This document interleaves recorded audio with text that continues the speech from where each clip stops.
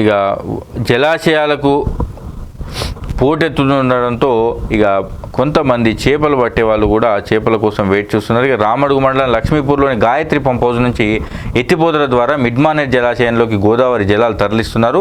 భారీ జల ప్రవాహానికి చేపల ఎదురీత చూపర్లను ఆకర్షిస్తుంది. ఇక్కడ నుంచి 12,600 క్యూసెక్ల జల ప్రవాహంలోనూ చేపలు గాయత్రి పంప్ హౌస్ వద్ద దూకుతూ ముందుకు వెళ్తున్నాయి. కొందరు ఎదురీదే చేపలను ఇలా వలతో పట్టుకునే ప్రయత్నం చేస్తున్నారు. దీనికి సంబంధించిన ఫోటోగ్రాఫ్ ఇది. ఇక పంట రుణం లక్ష్యానికి దూరం అంటూ ఇక అమలుకు నోచని వార్షిక ప్రణాళిక 4 ఏళ్లలో ఇచ్చింది 72% మాత్రమే. ఉమ్మడి జిల్లాలో ఏటా వార్షిక రుణ ప్రణాళికను భారీగా ఖరారు చేస్తున్న లక్ష్యానికి అనుగుణంగా రైతులకు అందడం లేదు. గత 4 ఏళ్ల గణాంకాలను పరిశీలిస్తే 72% మించి రైతులకు రుణాలు ఇచ్చిన దాఖలాలు లేవు. ప్రతి సీజన్లో రుణాల మంజూరులో బ్యాంక్ అధికారులు కొర్రీలు పెడుతుండడంతో రైతులు తప్పనిసరి పరిస్థితుల్లో ప్రైవేట్ వ్యక్తుల వద్ద అధిక వడ్డీలకు అప్పులు చేయాల్సిన పరిస్థితి తలెత్తుందట. ఇవి కరీంనగర్ జిల్లాకు సంబంధించినటువంటి వార్తలు.